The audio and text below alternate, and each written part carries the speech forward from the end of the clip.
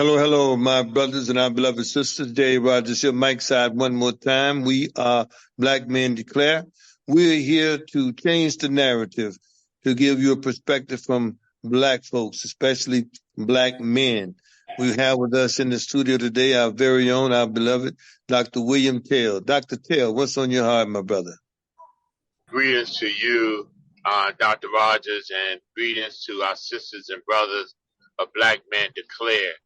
I just recently saw and read an article where in the state of Maryland and in some other states, they are now beginning to directly send children that's in high school in elementary school, that is, instead of dealing with them, instead of talking to them, instead of counseling them, they are sending them directly to a hospital and stating that they are they are emotionally disturbed.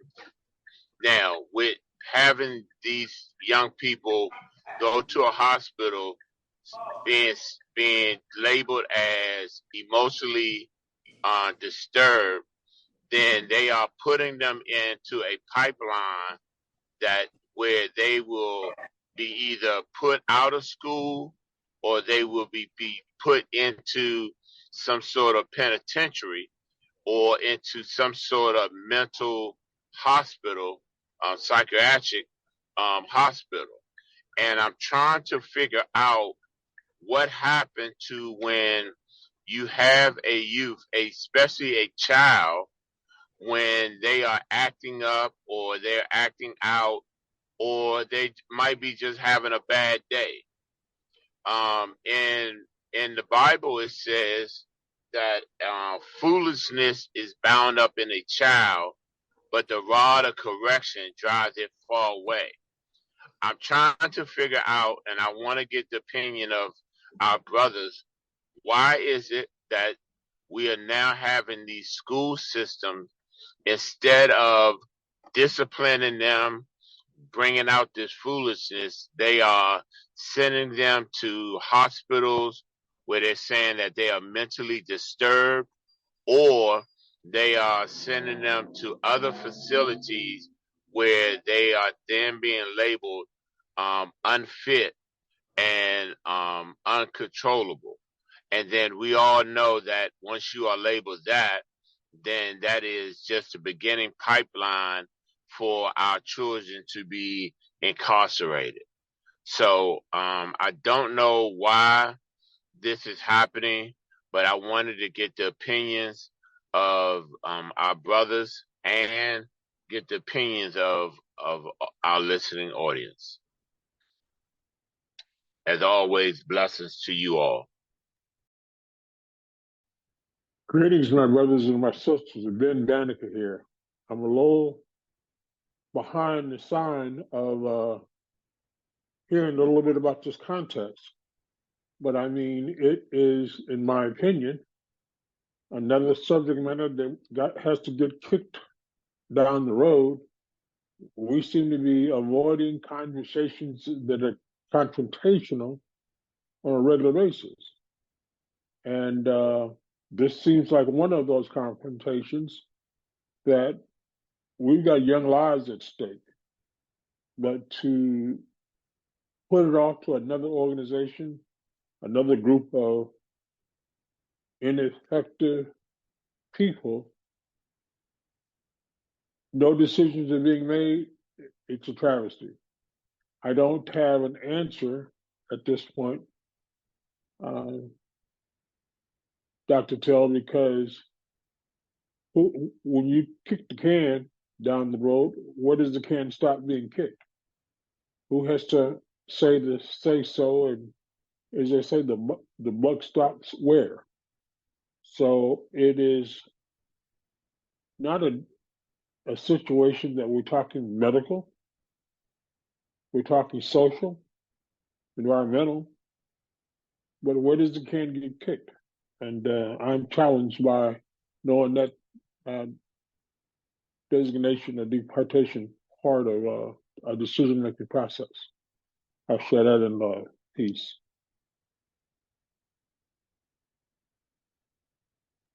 Peace, family. This is your boy Denmark. Good to be on with my brothers, my colleagues in this fight for truth, freedom, justice, and equality.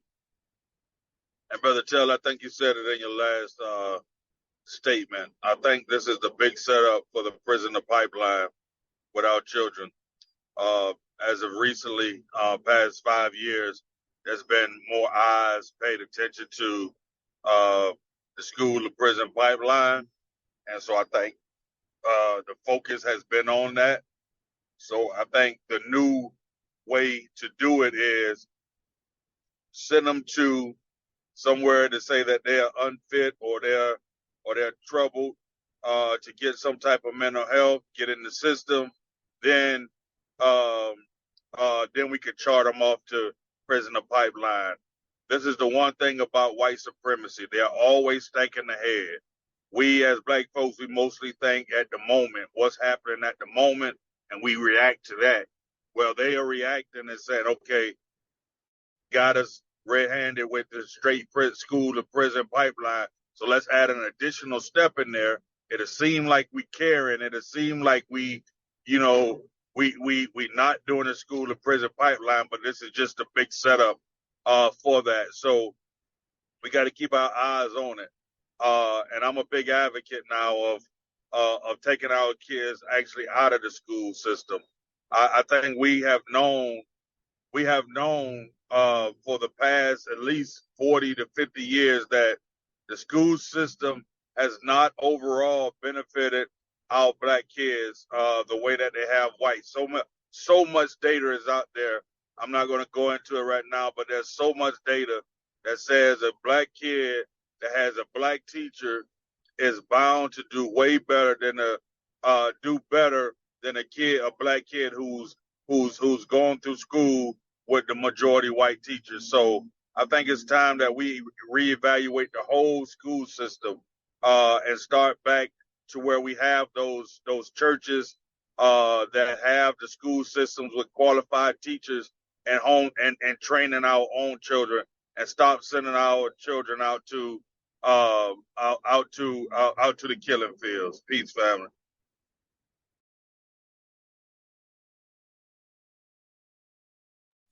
Good morning. Good evening, my brothers. This is Dr. W.B. Du Bois. I take that, brother, as being public schools. You wouldn't have that in private schools. And I take that as being black students, majority black students. And I take that. So we know, for example, I'll give you an example. I was reading an article last week on I always read about my home city down in Laurel, Mississippi. And I look at the school systems down there, which they have 3 high schools there. They call Northeast Jones, West Jones, and the city school, Laurel High School. And I was reading an article on West Jones, which is a performing high school. They said that they have outstanding science STEMs program. And then you look at the Laurel Inner City School, and then they start talking, they are from a disadvantaged, they have disadvantaged income students. I'm saying, what is this? So that tells me there that the zip code plays a part. Now, this article also, I was reading, when you mentioned that, they were saying something about lack of counselors because around in those cities, I know public schools, they probably don't have certified psychiatrists or counselors, behavior. And they basically were saying some was lack of funding and poor reimbursement rate, meaning mental health providers are often not adequately reimbursed by insurance companies or government programs. And then it said low retention. The current numbers of mental health professionals does not meet the needs of the population. So it tells me there, it's a shame that they're handcuffing students and sending them to mental institution without, stopping there at the school system, where you have counselors, but when they quick to act, and that's a shock to students. You handcuff someone, and that has a devastating effect on a young person. That some just don't recover from that, and they feel that system failed them, and they fall into gangs, and there we go again, a child lost to the system. So I said it in love, brothers. Well, brothers, this is the most perplexing question of how this happens and why it happens. But you have people now attempting to implement creative, sophisticated programs that may hide the systemic racism and white supremacy that exists in this pipeline to prison. Let me quickly share these numbers. 40% of students expelled from U.S. schools each year are Black. 70% of students involved in in-school arrests or referred to law enforcement are Black or Latino. 3.5 times Black students are more likely to be suspended than whites. 50% of children in foster care are Black or Latino. 30% of foster case youth entering the juvenile justice system placement-related behavioral cases are Black. 25% of young people leaving foster care will be incarcerated within a few years after turning 16.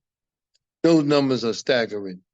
So it should tell all of us that if you don't have some kind of structure at home, be it a single parent that is willing to instill some structure, be it some other bigger brother, big sister, friends, relatives, without some level of structure, that system is going to eat you up, because a child needs some level of structure. There's no such thing as we just going to give them freelance. They're going to let them do what they do. For whatever reason, there are some children that may be able to really thrive in such an environment, but most students need some form of structure. And unfortunately, we know the statistics about families as it relates to Black children. And if those Black children have to go into a school environment that's already riddled with, institutionalized racism, systemic racism, white supremacy, white nationalism, and all of that, those people that are there, they may not even be aware of the fact cognitively of their full spiritual condemnation of a Black child. So I would say to you, Dr. Tell, that all of these so-called creative ideals to theoretically reduce the number of young Black boys, especially Black boys, in that process is not going to work. We got to get back to the front of the process. And the front of that process means some kind of way that home environment.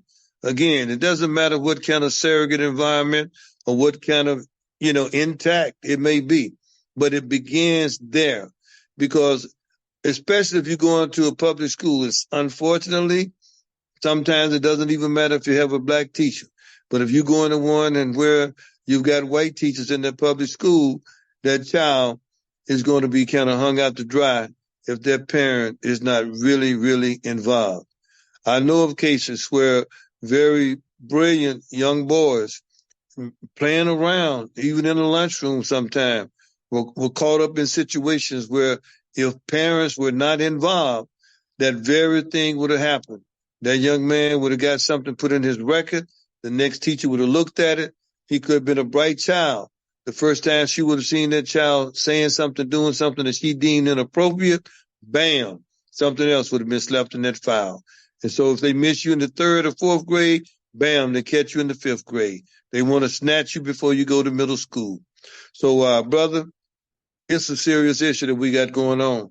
Now, I don't know, Dr. Tell, if we answered everything, but want to give you a few seconds to come back and wrap up or clean up with your own thoughts. Yeah, I would say I appreciate all the thoughts that everyone has said and even the suggestions. I am in agreement with Brother Denmark. I would love for most people to start going back to homeschooling, or as the church would stand up and start teaching and opening up its buildings and turning them into schools. I don't understand why a church would be only used on Sunday. This will give them an opportunity to really invest into our young people. But I look forward to hearing what our listening audience has to say, maybe some suggestions and maybe some critiques on how to bring about some conflict resolution and teaching conflict resolution for our young people. All right, brother. Well, that's powerful. We'll see follow up in a few months in 2024. Let's see if there's been any improvement in that. But I would agree with you and Denmark on that. But we also have with us tonight Dr. Ben Banneker. Dr. Ben, what's on your heart tonight? What you guys you want to chat about? I would like to ask the Brotherhood and the listening audience.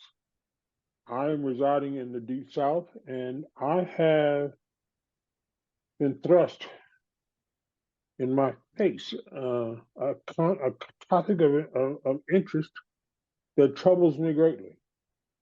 In the Memphis City schools, the Memphis City officials, faith-based leaders address an after-school Satanic club to be taught on public city ground, in the school, after school. And I'm sure, at least I'm thinking, that other cities and other school systems might endeavor in such a teaching of a Satanic club in the school system. Now, this is a bait and switch conversation in that I wonder if the inquiry and or the topic of discussion would be so confrontational that they're trying to say that religion is not in order to be in public schools to have a conversation about it. But I mean, one could say that this is a discussion and a conversation that you want to just regulate all teachings in the school system, whether you be any other ethnicity or any other religion, that you can't teach any school system, any teaching of any sorts in public schools. Now, there has always been a situation that you don't mix politics and religion together. But what say you, my brothers and my listening audience, that the Memphis City school systems are going to confront in their face a group that's trying to teach Satanic whatever in a public school system, and it is a high school and a middle school. It's two schools currently right now, and I'm challenged. I'm angry that even something like that would exist and or be brought up. That you have a Satanic club, and that's what it's called. So, what say you, my brothers and my sisters, and our fellow listening audience?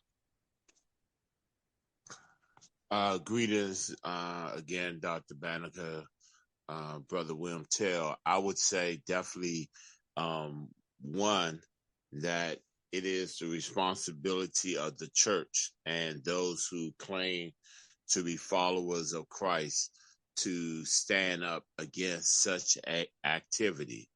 It's funny that they would take prayer out of school or Christian prayers and now go to a moment of silence, but they would allow that.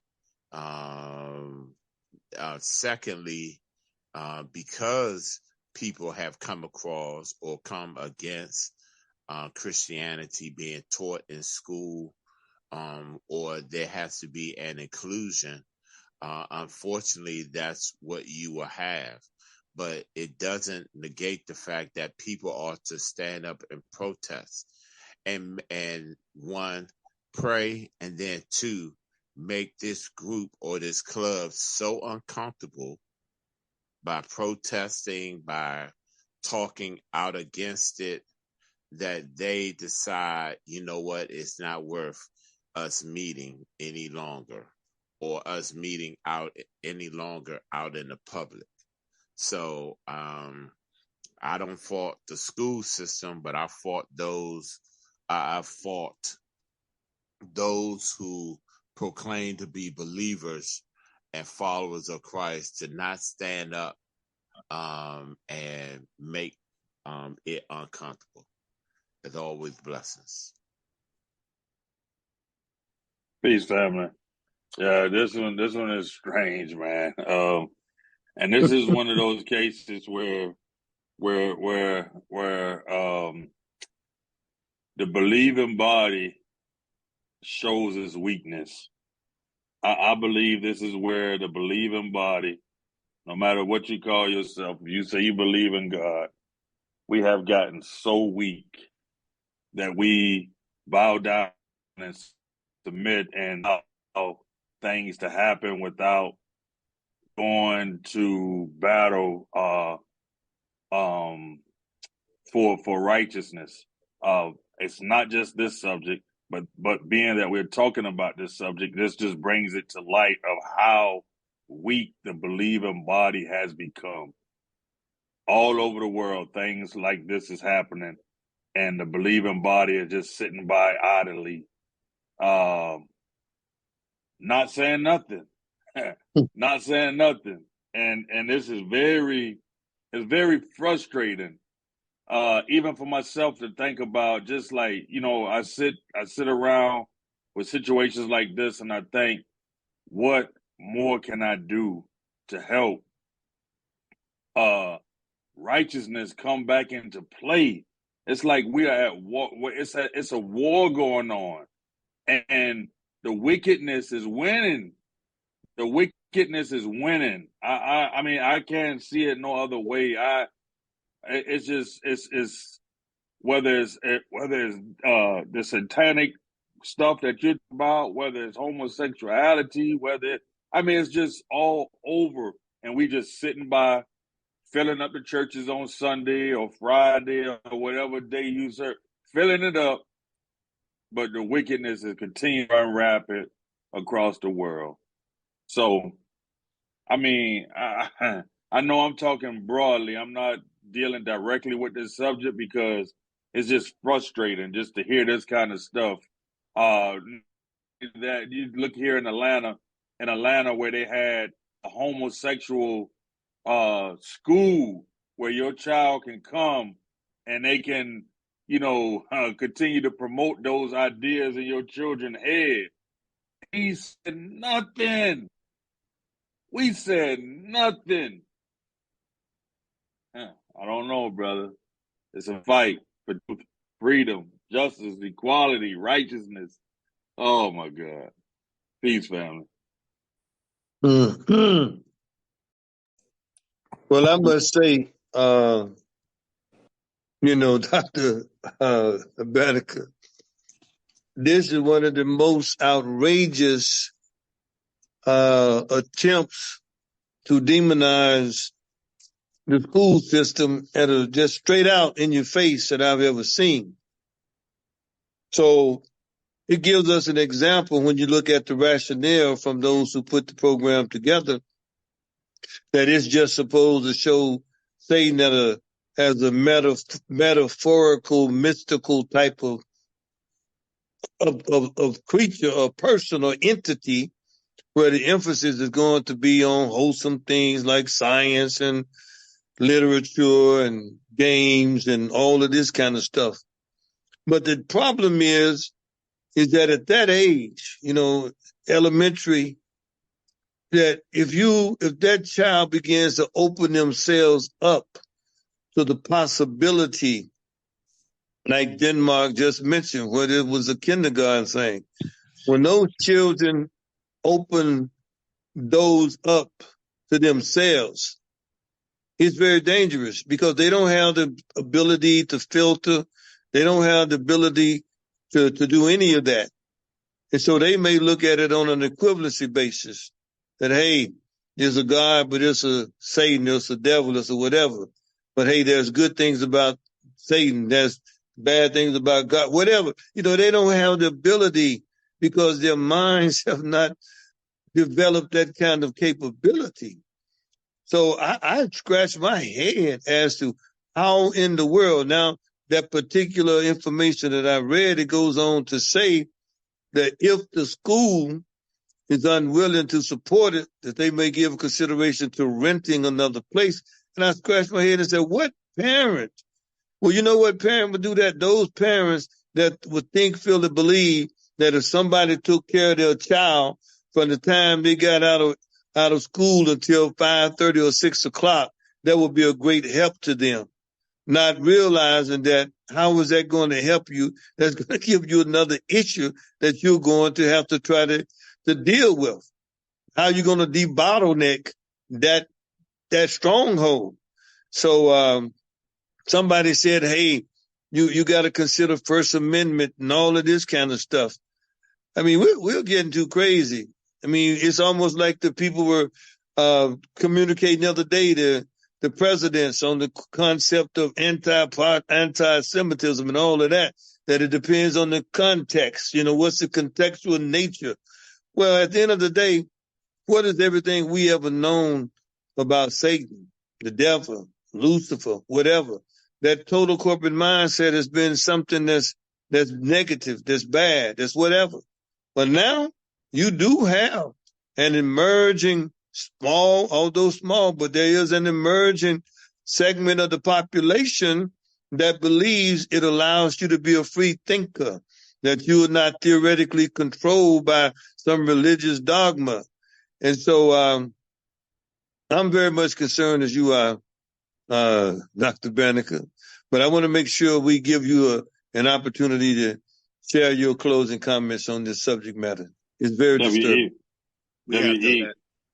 Oh, I'm sorry. I just jumped all over you, W.E., because well, I had to give my word in on that, man. Well, that's some serious stuff, man. It's just ridiculous. Come on, W.B. That's powerful because again, this is Dr. W.B. Du Bois. You know, you come up with you know, I believe that I know that's a trickery of Satan.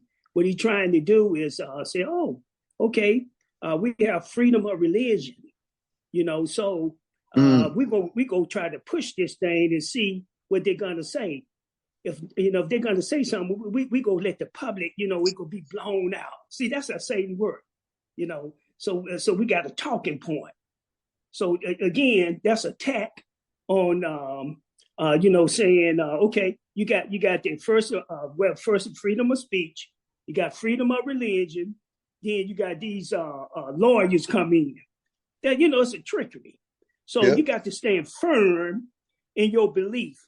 You stand firm, especially if you have to know their tactics. That's the number one. And I believe their tactics is get the news and, you know, get publicized. I'm gonna say it like that. So that's the tactic. And so our tactic is to stand firm, and that's what it is. See, you know, Satan is slick, man. He's slick. I can see all through him. He is slick. So we you know, I think that was a brother, but not Banneker. Yeah, brother Banneker, I believe, was no, not. I'm sorry. Take it back, brother. Said that they're winning. They're winning. Yeah, in this life, they're winning. Satan knows he's defeated, but he's not winning. In the end, he's defeated. So we have to get that out. He's not winning. He's not winning. So he knows he's defeated, but the unbelievers think he's winning. So I'm gonna put it out there like that. He's a loser, and that Satan knows it, and his cohorts knows he's a loser. So what he's trying to say, these unbelievers, he's winning. I say that in love. Amen. Powerful, brother. I'm glad we didn't overlook you. That was my fault. I kind of got a little excited there for a moment. But Dr. Banneker, you want to wrap it up for us? What's your thoughts? Yes, guys. I will close the topic in saying, in the Bible, in either Exodus or Isaiah, says God puts no other God before him. People, whether you be in America or in any other part of the world, you can't put another God before our Father God in heaven. And this is a smack in the face for God's primary purpose. Is a jealous God, someone who has a little kid in elementary school would want to do something like this, whether he's teaching the games of the instruction school or social studies. God is strict, Dr. Banneker, Dr. E.B. Du Bois, that Satan is a slickster, and he will he'll weave into any subject matter, any instance that he wants to get involved in, be a corruption to the kingdom of God. I share that in love. All right. Another one of those that we got to watch closely, brothers. I mean, already the prisoner pipeline. Now you got folks trying to slide in these. All they need to do is open up the mind of somebody. Just open them up to the possibility. Once it's opened up to the possibility, at that age, you have no filtration device. Very, very dangerous situation. Brother Denmark, how you doing tonight, brother? What's on your heart? I'm good, brother. Good to be in with my family as always. Scanning the net today, man, and just seeing that one of the banks that I heavily bank with, Navy Federal Credit Union, is being charged or is in the news of the nation's largest credit union rejecting more than half its Black's conventional mortgage applications. More than half. I thought that Navy Federal Credit Union was a pretty decent bank as it related to minorities or blacks. So, but I see here that that they are doing the same mortgage redlining as some of the other banks. And I thought about this. Every time there's a case for reparation or a talk for reparation, you have some white folks come up and say, well, it didn't affect you. It only affected your ancestors and we didn't have anything to do. But this is a case where this is still happening. Another incident with the bank rejecting black folks. So my question is this another case or another tick mark on our fight for reparations as it relates to black people in America? Greetings to you, Dr. Denmark, and greetings again to our listening audience. I would say not only is this another tick to or another point to say that we reparations is necessary and needed now, but it also points out to the fact that we as people of color need to go back and do and get our own banks, that we need to start banking with our own people so that we can generate and circulate monies within ourselves. We'll be able to assist people that look like us. We'll be able to borrow from people that look like us and that's more sympathetic, and not just sympathetic, but willing to teach. If I teach you how to spend your money, then and how to properly save and how to properly spend, then you become not a liability, but you become an access. You become a person who we can trust to invest our money into, because you have learned how to properly handle your finances. So I think not only does this point out, I'm highly disappointed because I bank with Navy Federal, and Navy Federal is the largest credit union and really banking institution that deals with our military. So if you're talking about a good majority of people who are in the military and they are people of color, but then they're banking with this credit union, and then they are being denied, then why do we need to constantly go back and deal with them? We need to get our own. We've done it before, and I know that we can do it again. As always, blessings to you all. Greetings, brothers and sisters, fellow panelists. Ben Banneker, addressing banking.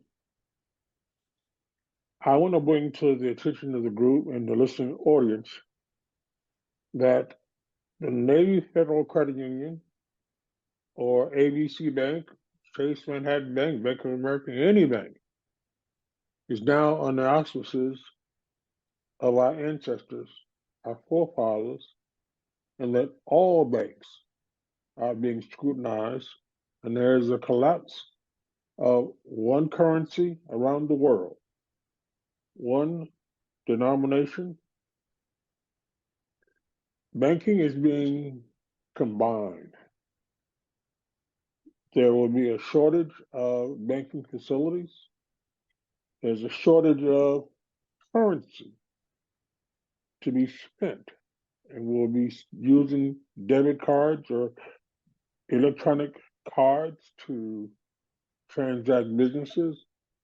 It's a smack or a shot against the bar that Navy Federal is really only saying we're going out of business, because the way we would do business, the way business was done, was a pyramid scheme, illegal, and or we took advantage of a whole lot of financial institutions and financial people. Banking is going to stop the corruption.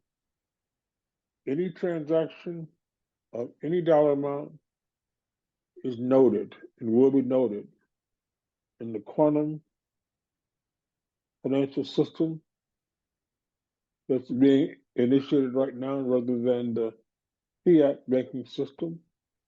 You will not be able to hide. You will not be able to do any banking of any kind without, as I say, Big Brother watching. This is just another example of closing up the loopholes in banking. Unfortunately, we people of color always get the short end of the stick. But this is a banking problem all over the world, with every ethnicity and every denomination. We have to make and know the changes that are going to occur and deal with those changes. But it is happening on a regular basis and a daily basis as we speak today. Banking is on the move to be a different kind of animal than it is right now. I share in love. Peace. Good evening, my brothers, Dr. W.B. Du Bois. That's a telling article, statistics on, they're denying applicants loans for mortgages on homes. And I would like to know, who are they? Are they're dependents of the military, the one who served this nation? So that's a telling thing there. So that show you again that we have to be our own stewards when it comes down to this monetary system of ours. If we can control that money, we control a lot of things. So again, I would like to know who they turned down. Was the military? Because military goes with the VA loans. And so that's a telling story there. I'd like to know what USAA does. That's another military savings and loan company. I mean, not saving and loan bank. I'd like to know their statistics on VA loan. I mean, not VA loans, but mortgages. So that's a telling thing to me. And that once again, that show you that we are systemically being pushed out, pushed around monetarily. When you don't have that power and that money, they'll just show you the door. So we have to have that power, and power is coming through that money. That money tells the whole story. Not the love of money, but having that money to do our own businesses, giving out loans for mortgages. So that's why we should support a black bank. So we shouldn't be in those situations. So I say that in love. Brothers, this is a very perplexing and deep question or observation in terms of the banks. Somebody say, let's start opening black banks. Well, we'll need to open a whole bunch of them. The data says that of the 5,400 banks in America, 213 of them are black owned. On a percentage basis, that's 0.00425. You can't even round it up. You can't even round it up to 0.005. So that's the percentage of black-owned banks. Now, we also know that there have been banks recently, one in Los Angeles that was found guilty of denying mortgages to blacks and Latinos. So this question is very, very deep, and it's going to be interesting when we move into this new digital age, if that will change or if it will remain the same. But it's really not that surprising to me in this regard. I can remember having a mindset at one time that truly a bank would not discriminate against you. And truly, if you had a plan or if you had collateral, if you had all of the things that they tell you need, they wouldn't discriminate. And I can remember an occasion when I went in to a bank with a neighbor, to do some business. And in so many words, that I had contracts, corporate contracts that were going to be collateral for accounts receivable. It would be accounts receivables as collateral, looking for 80% against those accounts receivables, working with, both multi-billion-dollar companies and all of that. And when I gave my presentation and all of that and had my white friend there with me, they simply said, we're going to think about it. And about a week later, I got a letter in the mail saying, we're sorry, but, we don't do startups. Well, they could have told me that from day one. That was their lie. And I can remember on another occasion, I went in and I actually had money in the bank, this particular bank, thousands of dollars. And I wanted to get a loan on something. And now the money's sitting in their bank. And they came back and said, your debt to earnings ratio is out of whack. And because of that, they didn't understand that when I was in that particular field or activity, that some of the spending that I was doing was expense spending for a company that I worked for. it wasn't all mine all the time, because at one time I may have, in a month basis, I would have $50,000, $75,000 of expenses, and they couldn't understand because there was no way for them to get around this system where they input information and the information spit back out the answer. So that was against me as well. And then I came to the conclusion that you set up these systems so much that even sometimes people that may be theoretically qualified, they get caught up in all the minutia. And so I'm not totally surprised that a Navy bank, never banked there myself, I know where one is near here, that they would have been that negligent, or they would have been that guilty of denying, half of the blacks. That's sad. That truly is. Because back in the day, I can remember when, again, you'd go in and you tell the banker what you wanted to do, even if your stuff didn't look correct. If you had a plan, the bank would work with you. Those days are over. So I believe today, systemic racism and white supremacy philosophy is being deployed more than ever. It hasn't gotten better, it's gotten worse. And when they go around now and begin to do research on these banks and look at their loan programs, they will find, and this is something that I believe, who was it? Cornel West. Cornel West came out and said, he was mad quite honestly, with Obama. He was like, why don't you order an investigation of all of the banks, and we can see where they stand in terms of loan approval and loan rejection, and get a feel for how widespread this problem is in America. But of course, this is one of the bad sides of former President Obama. He had all of those folks that called themselves Jews in his cabinet. He was in the pocket of those folks on Wall Street, and he didn't do it. He didn't do it. So that was a bit of a chance to do it on a macro level, coming down, doing this particular audit of all banks, but it didn't get done. It still needs to be done, but it didn't get done in that particular time. So then, Mark, don't know if we hit it everywhere you want us to hit it, but you can come on and wrap up where we missed it.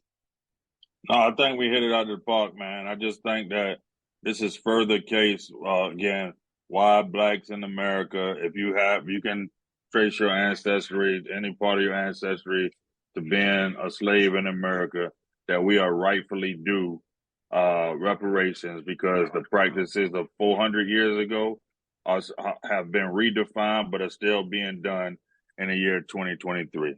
Peace, family. Peace. Wow, you're right, my brother. Dr. Du Bois, man, this is some good stuff tonight. What you got on your heart, my brother?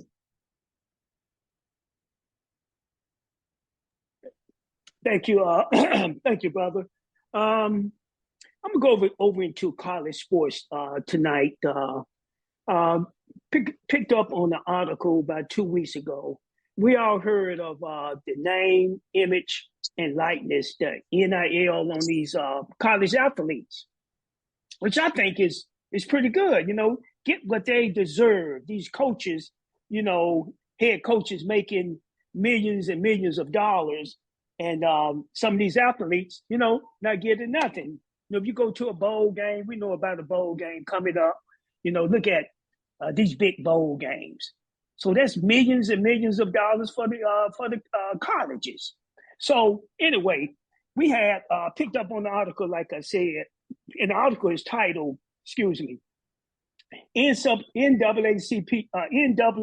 NCAA leaders warn college sports at risk of permanent damage without action from Congress. And I'm going to read a couple of sentences on this.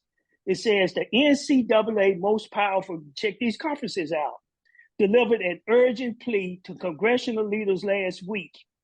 We need your help to save college sports, and need it now. Wow.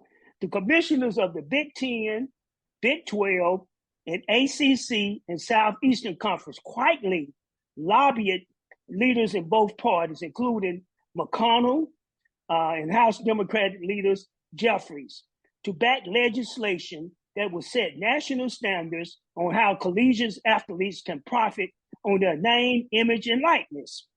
Their warning that a Supreme Court decision 2 years ago that paved the way for companies to pay students athletes has led to a complicated series of state laws that have undermined collegiate sports and could ultimately lead to the collapse of sports programs across the United States. The risk is permanent damage to an enterprise that has meant an awful lot to our country and to those that have benefited from their experiences. This is James Phillips of the ACC Commissioner. Greg Stanky, the SEC Commissioner, had a dire prediction if Congress doesn't act. And now this is the last part. The risk is we see states further build walls around their recruiting grounds, thinking that somehow provide a competitive advantage. The risk is that more and more young people sign agreements and they don't understand. The risk is we move further and further from the academic nature of college sports. Isn't that something? So, my brothers, I just want to ask today, what do you think that NCAA and Power Conference want Congress to act on the name, image, and likeness?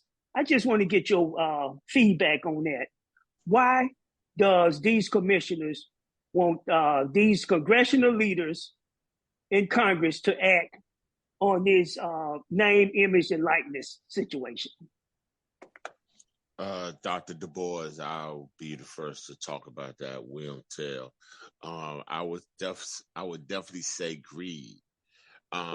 You have to look at the fact that if I am a college student and my image is copywritten, then as a team, you are not allowed to use my image unless my expression is or unless you have written or verbal permission from me. And these conferences do not want to have to go and ask or either pay a student to use their imagery doing either commercials or poster or any kind of advertisement.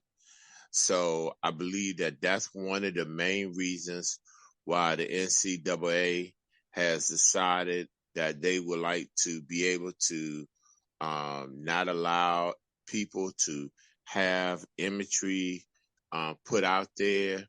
And if they do, then they want to make sure that everybody's okay and everybody's paid. But for real, they just want to know and make sure that the people who are lobbying and trying to, they want the students to be more dependent upon the school system and boosters than for them to go out and create and make their own money. Just think about it, and this will be my last point. Just think about it as a college student. Who should I better rely on to survive? Should I go out and sell my image and go out and create my own? Or should I stay attached to the NCAA and have to worry about living my life based upon boosters giving me money secretly? For me, it's no competition. I'm going to continue to go out and be my own man and worry about what I have to say about my image and how I share my image with the world. As always, blessings to you all. Greetings, my brothers, my fellow panelists.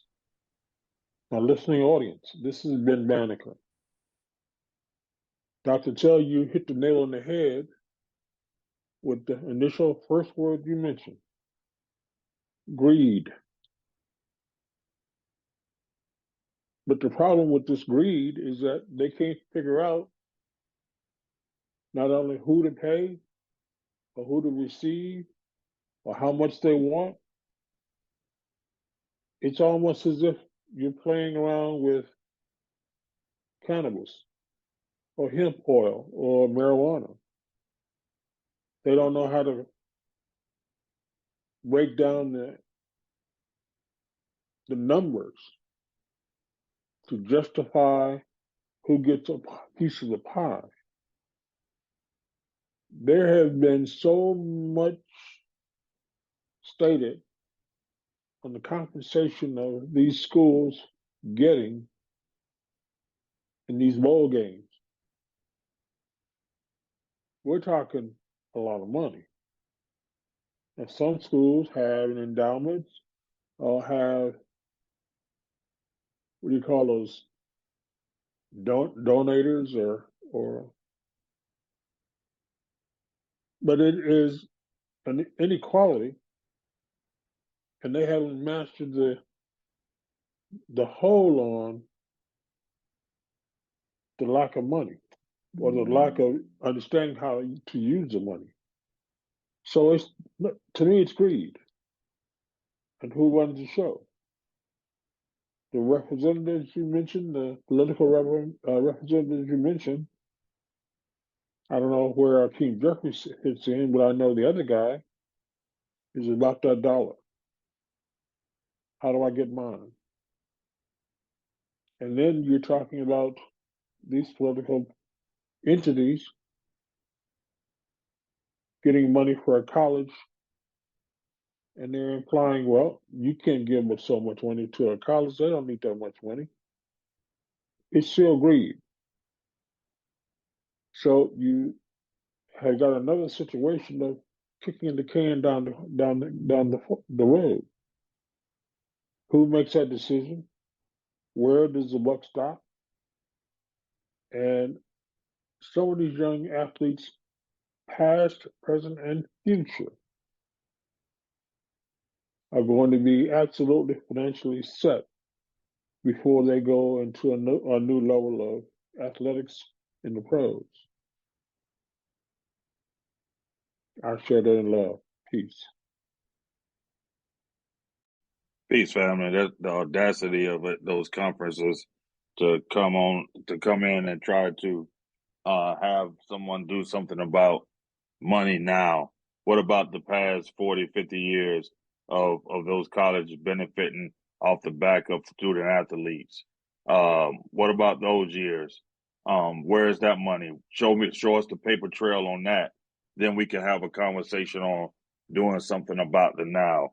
But all of these years, those big tycoons sitting up in these conference offices been pocketing money and taking it Lord knows where and putting it in their pocket, in their family pockets. But now the tables is turned. Now they want Congress to act and do something. The audacity of them. I don't care if it breaks college sports. The fact of the matter is these big Power 5 schools and that's playing football and basketball, these let's be real, those students are not, for the most part, going. They're going. A lot of those kids are going because they those Power 5 schools because they believe that they have a chance to make it to said league, and especially in football. They go into these big Power 5 schools because they are thinking that they can make it to the league, and going to those Power 5 schools give them the better chance. If it wasn't for that, then all of these smaller schools, these other schools, they would be faring better in some of these competitions, because if it was just about academics, some of these other schools are just as good academically as these Power 5 schools. So we got to stop playing and think that they're actually they really going to school to try to get in said league, point blank, period. And I don't care if this break college college sports. Matter of fact, I believe that you should have some type of farm system where these kids, if they had a desire to go play in the semi-pro and the semi-pro teams or whatever is able to pay them a few $100,000 or a few million, then let them go. And I know there's been some dealings with that in basketball from high school to college where kids have skipped college and went and made them millions in these semi-pro basketball leagues or whatever. So, I mean, yeah, education is very needed. Now, I'm not saying that we don't need the education, but let's not act like they just go in there just for the educational purposes. Peace, family. Wow, Dr. Du Bois. Oh, my goodness. Powerful question. According to the data, they claim only the top 25 D1 schools have more revenues than expenses. That's what they claim. They also say that if everybody got paid, you would have fewer sports because the schools would have to shut down the sports. Now, I think we all know if you looked at those top schools, and football, they say, is the number one generator by far. And we know those top schools, if we looked at statistically the numbers, who would be getting paid the most. This, I believe, is another example of systemic racism. That if you say you want to go, what would they want them to do? To pass a law to say, it's illegal for college athletes to receive money? You see, the name, image, and likeness, it doesn't even supposed to come from the university. But what they're saying now, the problem it causes is that, what about the other athletes? They want some money. They want to get paid something. And, they aren't paid anything, then, it creates problems. And so the other idea they're saying is that if you got involved some kind of way, Congress, we could more evenly distribute, or we could put some kind of floors and ceilings on these name, images, and likeness. And we could say, for example, we could say no athlete would receive over X amount of dollars. And so when that athlete received that, they tapped out. And if you had somebody that wanted to give more money to others, then that would maybe force them to give money to somebody else. But who knows? But the bottom line is that of those top 25 D1 schools, again, the majority of the players are going to be black. And so what you're really saying is that, hey, we need to come up with a plan. We need you to help us. And I'm speculating, but I think the help would be to curtail, to put a cap on, to not allow. I go back to what Denmark is saying, foo you.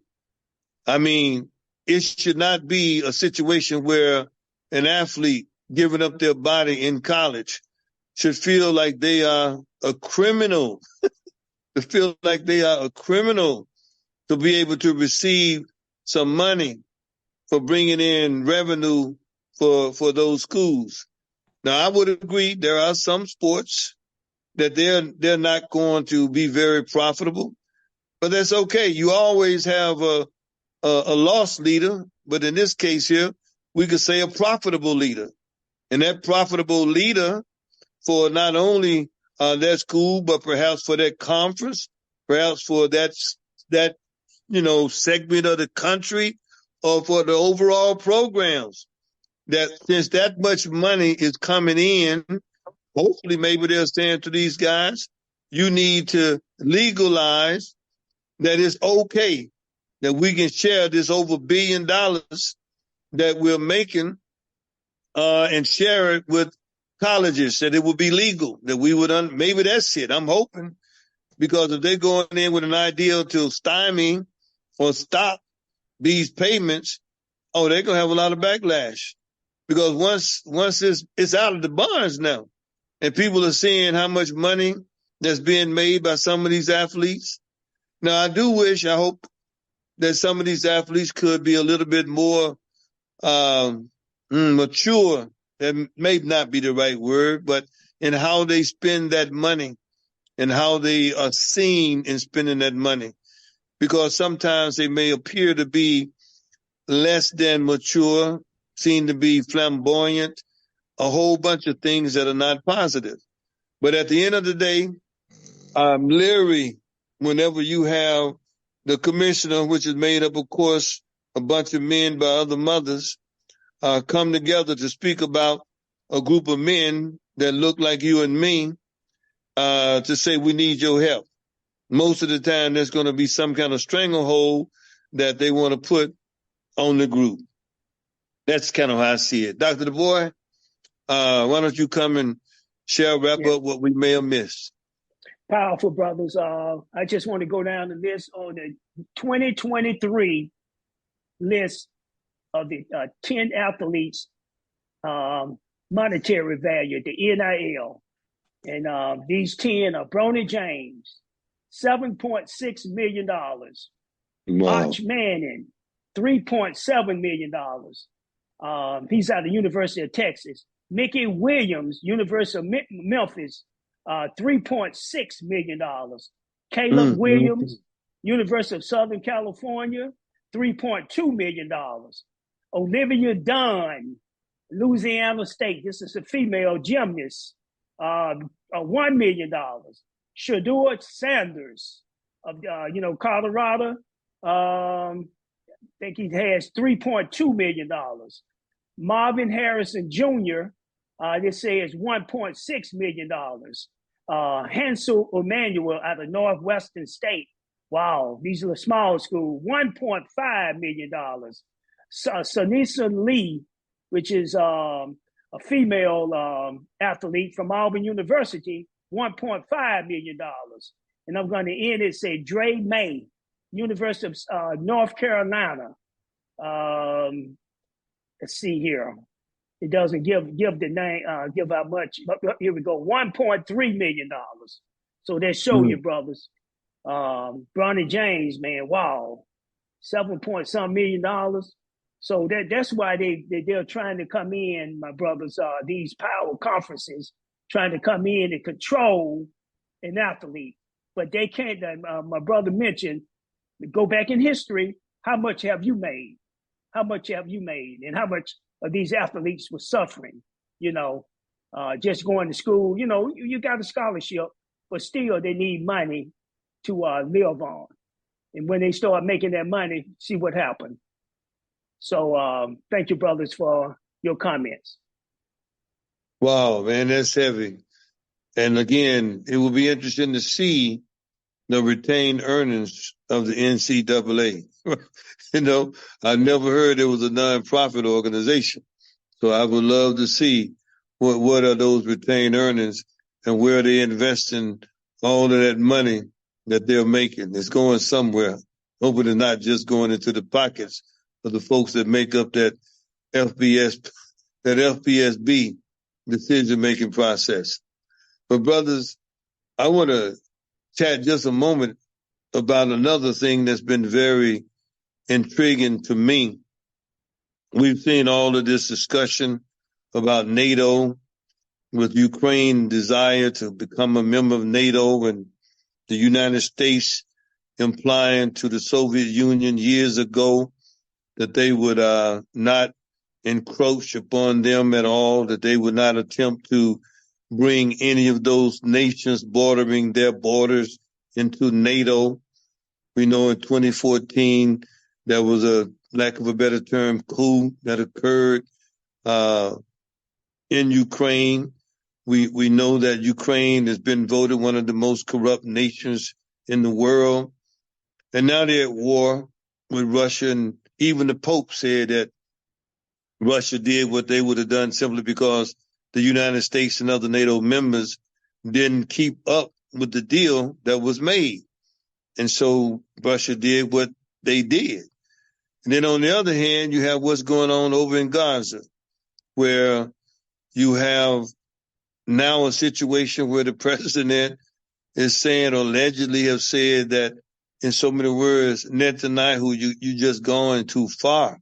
I mean, you have made your point. You have destroyed Gaza.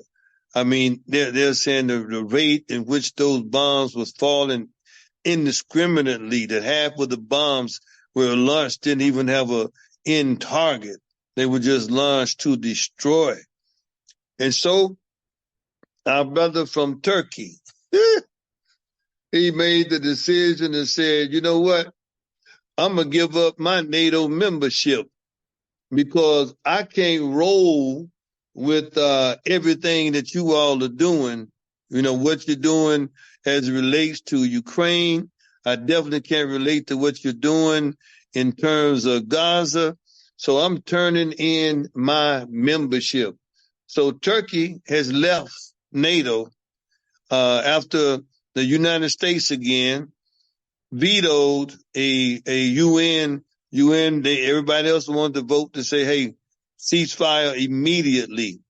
And the United States opposed it. Like they say, it doesn't mean that it would have necessarily happened, but you would have been on record as opposing further the annihilation and destruction of Gaza.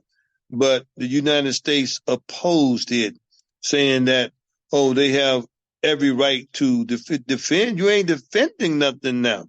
You literally are just killing 2 to 3 civilians for every so-called Hamas soldier.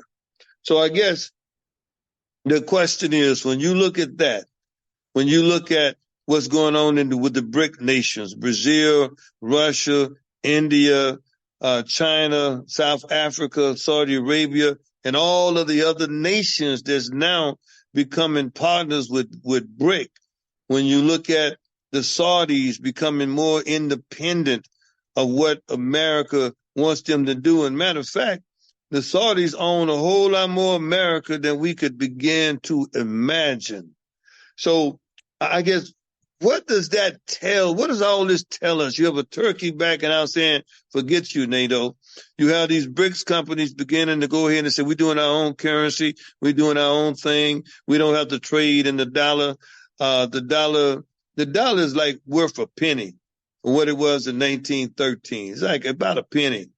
I mean, are we here? I mean, something's got to happen. We're talking about this digital currency that's supposed to take place. But are we on the edge? And all it takes is a little push, and this thing is going to come crumbling down, because remember, the thing that held it together was faith. Faith in the Declaration, faith in the Constitution. And now on top of that, this ain't got nothing to do with Turkey, but you got 45 acting a fool.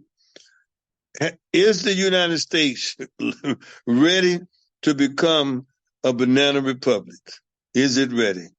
Your mics are open.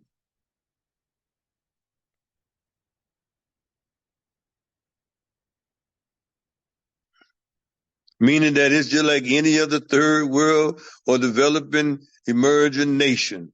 No control, chaos everywhere. Peace, family. Sound like our brother William Tell. I was a little delayed, so I'll come in. I actually applauded Turkey for standing up when I read that, or when I heard that they backed out, because I feel like in order to send a message to America that you are not able to bully us and bully the world, we're going to take bold stance. We're going to create BRICS. We're going to back out of NATO. We're not going to support just to unilaterally America and Israel doing their own thing and having free will and free power over all of these countries. So I applaud countries like Turkey. I think there's going to be probably more Middle Eastern countries that start to do the same thing. Along, we know that China and Russia is already balking at a lot of things America does. So I'm happy for Turkey, and I continue to wish that other nations stand up to the giant, and really, it's the little brother that's causing all the trouble. And so I'm just looking for more countries to see where they stand and how this thing plays out. America, I don't know, man. It's my country, my home, the only place I know as a home, but I just don't know where it stands in God's eyes at this moment. Well, I do, but for the sake of this show, peace, family. For the Greetings. sake of the show. Yeah, go ahead, Come on, Dr. Tal. Banner. Okay, I'll weigh in on we, the United States, and all of the UN countries are about to be pushed. Pushed how far and where we're going to push to fall is a whole nother question. But cookie has crumbled, as they say. We're going to get pushed so hard.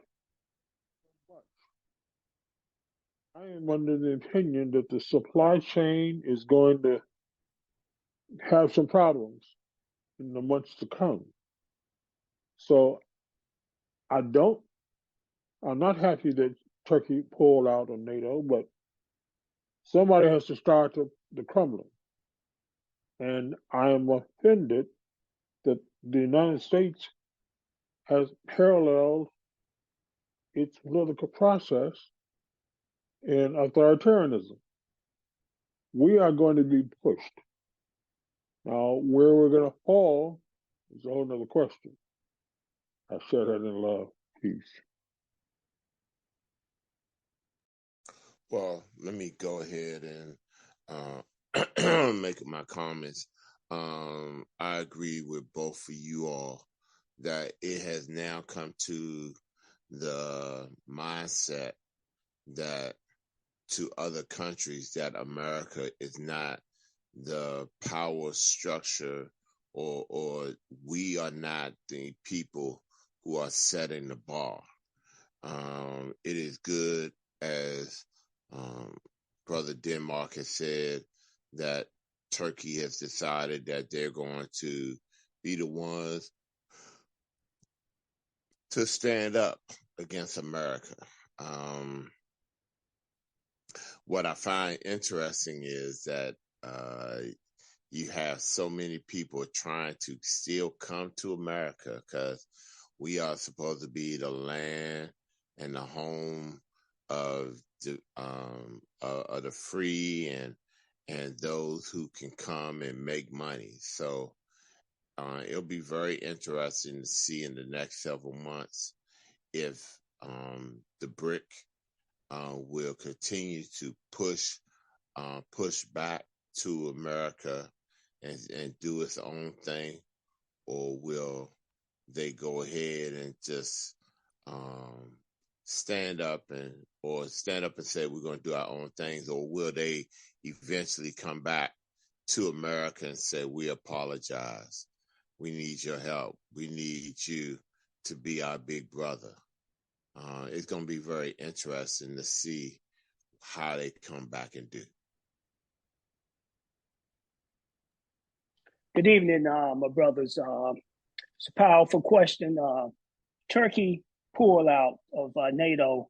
Turkey is a strategic partner, geographically and politically. If you look at their landscape, the crossroad between Asia and Europe, Turkey has always been a player, for having that seaport, and it's just a strategic area. And to pull out of NATO, it's one of those things that really hurts NATO. So when you ever have United States, a country that is in turmoil politically, can't make decisions, infighting. So how do that look on the world stage? These smaller countries are going to act, but I want to get it right now. United States still have a strong military,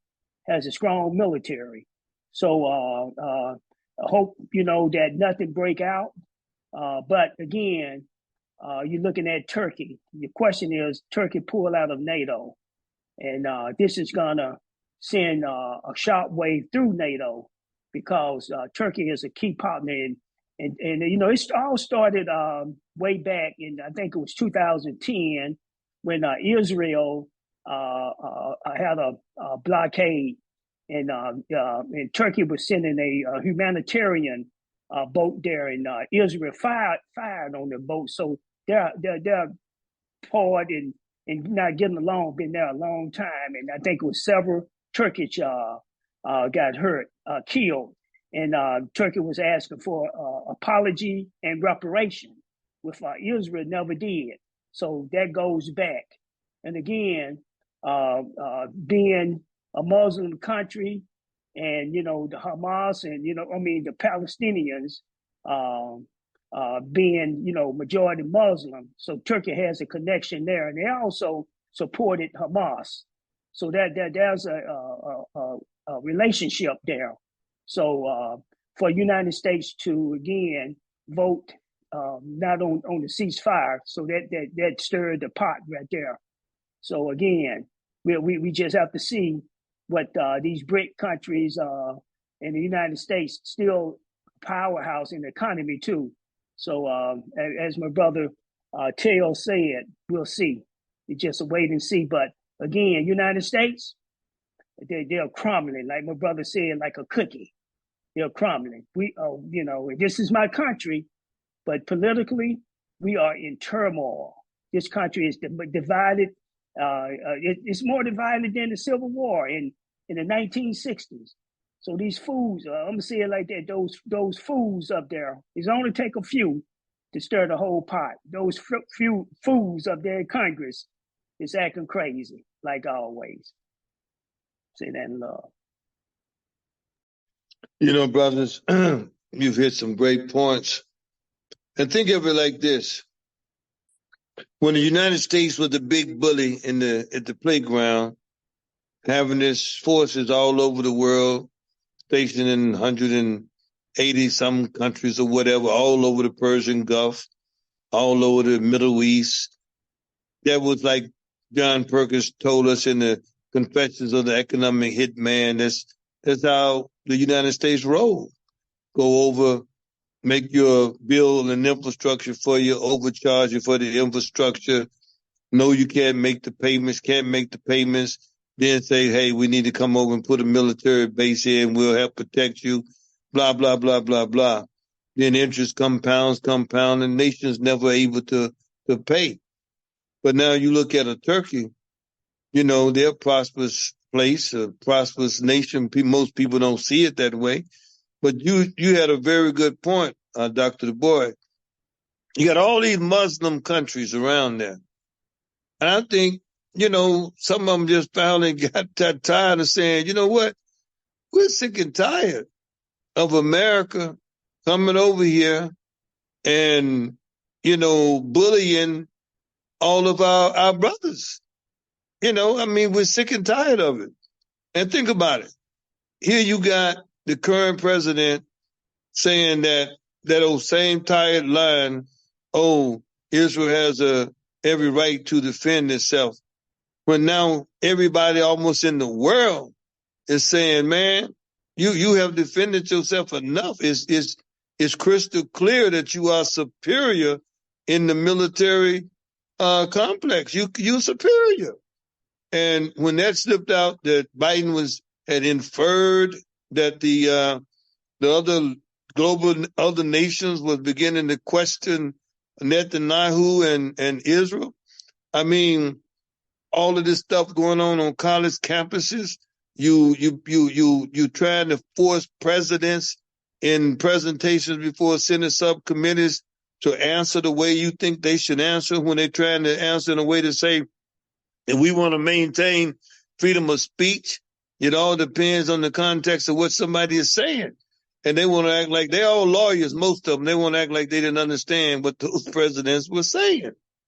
So I too applaud people that at some point to say, no, man, enough is enough. You over here, you supposed to be this great place, but you are supporting this nation. You supported them to the point to where they have nuclear capability, and you don't want nobody else have it. Well, Turkey got it. The problem, Saudi Arabia, they got it. but they're on the side of America. I mean, and they got a crazy relationship with Israel. But at some point, who knows? Maybe a higher power made a visit on those leaders. God still makes visits. He still can make some visits. Maybe he had a visit on those leaders over there and say, hey, you got to start looking at this thing differently. I'm not supporting the United States in this because they're supporting a false entity. They're supporting people that don't supposed to be supported in this endeavor. And I think you're going to see more countries that's going to begin to say, just like the BRIC nations, enough is enough. Brothers, I don't know if we could even get our minds around the concept that you're $30 trillion in debt. China, Saudi Arabia, Japan, all of these nations own far more of us than we own of them. That's a problem. That's a big problem. I mean, if all of those countries called home, called for their loans to be paid today, tomorrow, next week, next month, what would America do? I mean, we're economically enslaved right now. But because we got that big stick and because we're willing to churn out those IOUs, it doesn't matter. But at some point, they cannot continue. They can't. Something's going to happen. I mean, when you begin to look at the debt per child, per citizen, in America, per couple, any way you look at it, it's astronomical. And so hats off in my mind to Turkey for saying, look, y'all, we're doing this because you just don't have this thing correct. Well, brothers and sisters, it's been our pleasure tonight to share with you, and hopefully one of these subject matters will spur you, enable you, incite you to go and have conversation with some friends, with some families, with some coworkers, neighbors, somebody to change the narrative, to give a perspective from a black point of view, and especially a black male point of view. It's been a pleasure. And I just want to ask our panelists if anyone has anything they like to share for 30 seconds before we shut it down. Any one of you brothers? Been a beautiful night. All right. Everybody is clear. Hearts and minds are clear. Well, we want you to make sure you do this. Hit that subscription button below. Smash the notification so you know when we come on again. Share this particular presentation with others as well, this discussion. Send us an email if you so like to we'll get that to you. Matter of fact, we're still working on which one we want to use. We have several of them. But send us a note in the comments below and just indicate you have an interest if you like to communicate with us and on a different level. But by all means, whatever you do, go out, have some conversations, get it done, change the narrative. This is no time to be sitting on your hands. You are here for a purpose. You have your challenges. You've had your life experiences, all the chapters in your book of life for a purpose. This is Jerry Rogers, Mike Side, saying go out in peace and love.